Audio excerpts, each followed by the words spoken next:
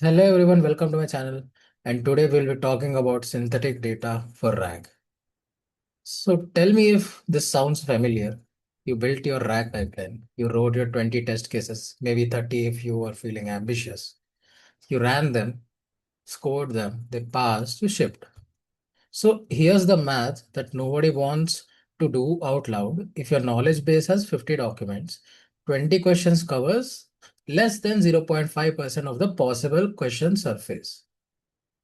So less than 0.5%. So you shipped a system you have tested almost nothing of. And it's not just coverage. Handwritten test cases have a bias problem. Humans write the obvious questions, the clean, unambiguous, single document lookup. Okay, nobody sits down and generate a question that requires synthesizing 3 documents and performing implicit temporal reasoning. That's not how humans think about testing. So synthetic data generation solves both problems at once. And in this video, we are going to cover exactly how it works, which tool to generate the best quality, and the 3 pitfalls that will make your synthetic scores completely meaningless if you don't know about them. So, so let's put some concrete numbers on this problem first.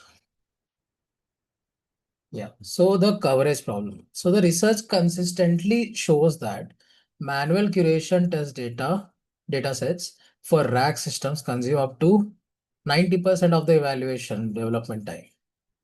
That's not the documentation problem. That's a bottleneck that means most teams skips proper evaluation entirely or do it once and never update it.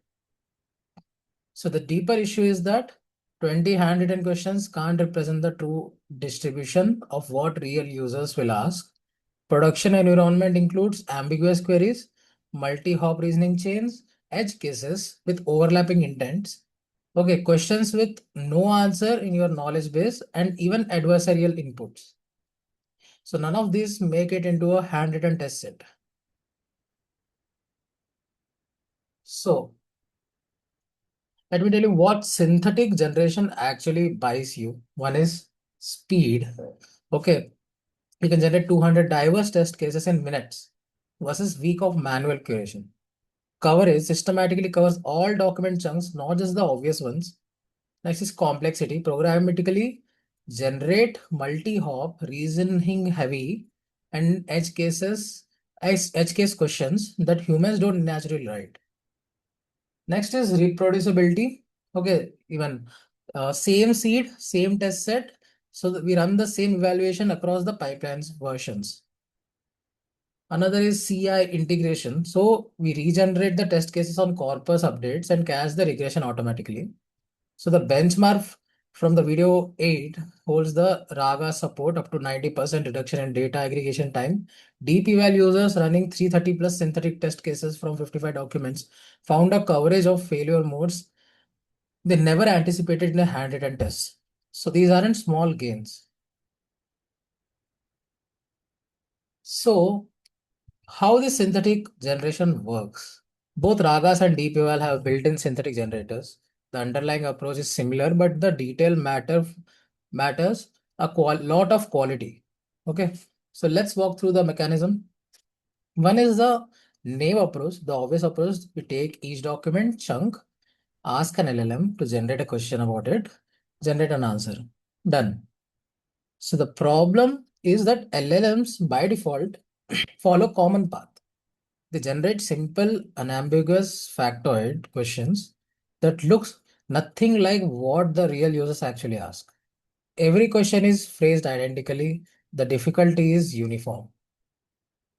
You end up with a test set that diverges on the paper but stylistically monotone, and it will systematically overestimate your RAG system's real world performance. So the evolutionary approach would be what Ragas does. Okay, so Ragas uses an approach inspired by evolve instruct. Instead of generating questions once, it evolves them through multiple transformation steps. So here how it works. It's initially it starts. So it's generate a seed question from a document chunk, simple factoid, evolves in the evolved state. It apply a transformation, add a reasoning step, requires multi-document synthesis, make it more abstract, and adds the conditional logic. Next step is the critic. Okay, so a separate critic LLM scores the evolved questions for the quality and filters out the bad one. Then it repeats, run multiple evolutions, passes through the generate diverse difficulty levels. Yeah. So the question type distribution is like the lever that you control. Both RAGAS and DeepEval lets you set the distribution of the question types. This is one of the most important parameters and almost nobody talks about it. So as you can see in the picture, a simple factoid, okay, simple or factoid, it's a basic test the basic retrieval single chunk answers. It is recommended for 40 to 50%, and we need to increase it when it is a FAQ bot or a simple QA. We need multi-context, multi-hop when we retrieve the coverage chunk spanning synthesis. It is around 25 to 35% recommended. Okay, it should be increased when there is a complex knowledge basis. Next is the reasoning or inferential. Okay, we generate the logic, faithfulness under the complexity. It is generally recommended around 15 to 25% split, and we should increase it when it is a lot of technical or analytical domain. Fourth is unanswerable. Okay, like hallucination detection, refusal behavior.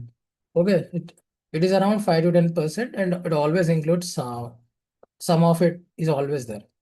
Next is the adversarial. Basically, we test the robustness, safety, prompt injection resistance, etc. And it is around 5%, and we need to increase when it is customer facing product. So the default distribution in RAGAS skew heavily towards the simple question. For any non-trivial RAG system, shift towards 25 to 30% multi-context and 20 to 25% reasoning. Otherwise, you are testing the easy path and ignoring the actual failure modes. Next, let me tell you about the RAGAS pipeline under the hood. In modern RAGAS, the test set generation runs a two-phase pipeline. First phase is the knowledge graph construction. So RAGAS build an internal knowledge graph from your document, extracting entities, summaries, and relationships. So graph, this graph is what enables multi-hop question generation, and it knows which chunk are connected. So it can generate questions that require traversing through those connections. And the phase two is query synthesis. So different synthesizers generate the questions using the knowledge graph. It can be single hop specific query synthesizer for factoids, multi-hop abstract query synthesizer for complex cross-chunk questions, and more. So each generated sample includes the question, reference context, and a reference answer. So RAGA's test generation uses two LLMs, a generator LLM, okay, that can be cheaper, for example, GPT-4o mini, and a critic LLM that should be stronger, example, GPT-4o. So don't cheap out on the critic. Yeah. So let's move on to the next. Yeah, the quality ceiling. Okay, basically there are three pitfalls that breaks everything. So this is the section that will save you from wasted evaluation cycles. Synthetic data has a quality ceiling, and most tutorials don't tell you where it is or why. First pitfall is stylistic bias. So your scores are inflated. Okay, LLM generated questions are cleaner, less ambiguous, and more consistently phrased than a real user queries. They don't contain typos, regional slang, implicit context, or conversational vagueness that real users bring. So the result is your RAG system looks better on synthetic tests than it performs in the production. So research specifically identifies this as a stylistic bias. LLM generated questions are more stylistically consistent than a real user queries, creating a systematic overestimation of the performance, according to Elberg et al. In 2025. Okay, so the fix is that mix synthetic data with the production slice, log real user queries, manually label a small sample, even 20, 30 real questions is enough. Okay, and include them in your test set. Treat your synthetic score as an upper bound, not the ground truth. Second is that distribution drift. Okay, your test set gets stale. You generate a synthetic test set once from your corpus. 3 months later, your corpus has been updated. Users are asking different questions, and your test set still reflects the old document distribution. So a pipeline passes evaluation, but is actually degrading on the questions users are actually asking. So for this to fix, you need to treat your test set as a living artifact, regenerate a portion of it whenever your corpus is updated, add a freshness slice, a small set of test cases specifically generated from the recently added documents, and monitor your live query distribution for drift related to your test distribution. The last pitfall is that the round trip consistency trap. So the most subtle one.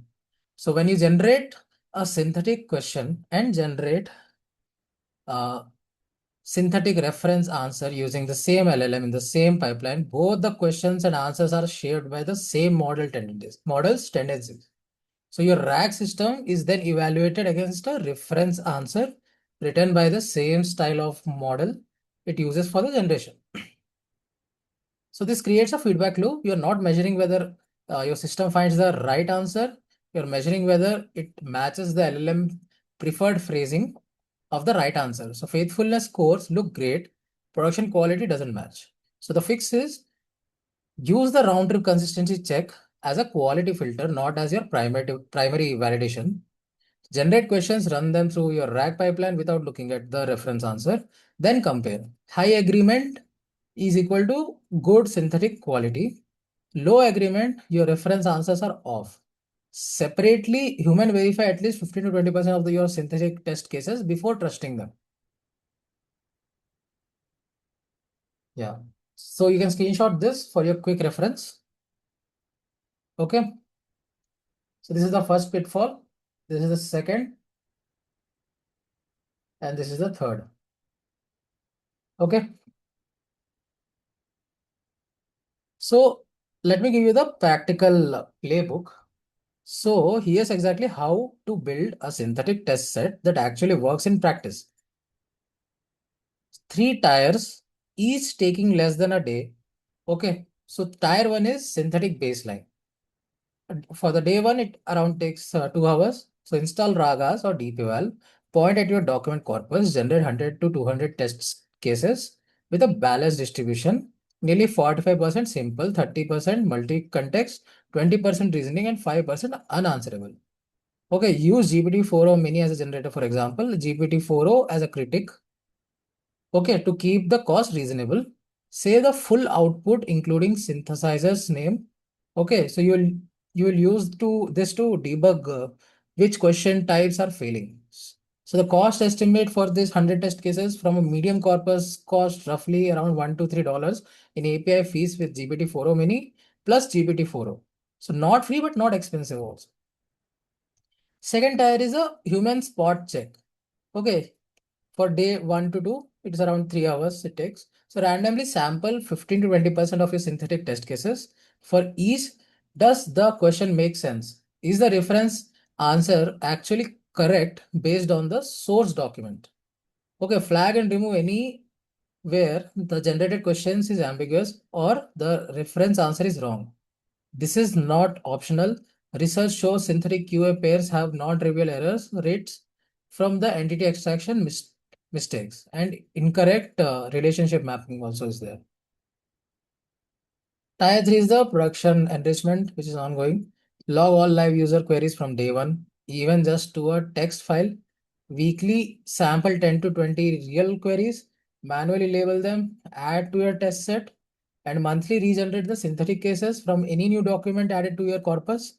Set a CI threshold. If your test set goes more than 90 days without a production query refresh, flag it as a stale. Okay, so you can also screenshot this slide. Yeah. So let's move on to the next slide, that is the hot takes basically. So the hot take number 1, 20 handwritten test cases is not an evaluation strategy, is a comfort blanket. So you're testing 0.4% of your surface areas. and calling it's done. I'm not judging. I I have done it too. Okay, but let's be honest. Shipping a RAG system with 20 test cases is shipping blind. The synthetic generation tools exist. They are cheap and there is no good excuse not to use them. Second hot take is high synthetic scores with no human verification are worse than the no evaluation at all. At least with no evaluation, you know that you don't know. A high synthetic scores give you false confidence. You optimize for the synthetic test distribution, you ship, and then you're confused when users complain. Always, always spot check your synthetic test data before trusting a single number it produces. Third hot take is the question type distribution is the most underrated parameter in evaluation. Everyone agonizes over which metrics to run. Faithfulness versus relevancy versus precision. Almost nobody thinks about whether their test set distribution matches their production query distribution. A test set that has 80% simple factoid questions will never catch your multi-hop failures. Set your distribution intentionally, not by default. Hot take number four. So your synthetic test set should have an expiry date. Treat it like a perishable. It is perishable. Okay. Corpus updated, then regenerate. Okay. User pattern shifted, then refresh with the production queries. Model upgraded, so rerun and compare the deltas. A synthetic test set you haven't touched in 6 months is not telling you how your system performs today. So let's wrap up. So here's what you now know that most rack builders don't. 20 handwritten test cases covers less than 0.5% of your system's surface area. Synthetic generation like RAGAS DeepEval can reduce test data time by 90% while coverage edge cases humans never write. The evaluationary The evolutionary approach generates diverse question types, so we control the distribution. Three pitfalls kill synthetic eval quality, stylistic bias, distribution drift, and round trip trap. The fix three tier strategies, synthetic baseline plus human spot check plus ongoing production data. So your homework is pick one document in your corpus right now, run Raga's test set generation on it, generate 20 questions and manually check 5 out of them. I guarantee you will find at least one question that's either wrong or test something your current evaluation completely misses. So comment below what's the biggest failure in your rack system that your test suite completely missed. I want to see what production actually catches. So there are a lot of things in this series that we'll be discussing with the new upcoming AI evolutions also. So stay tuned.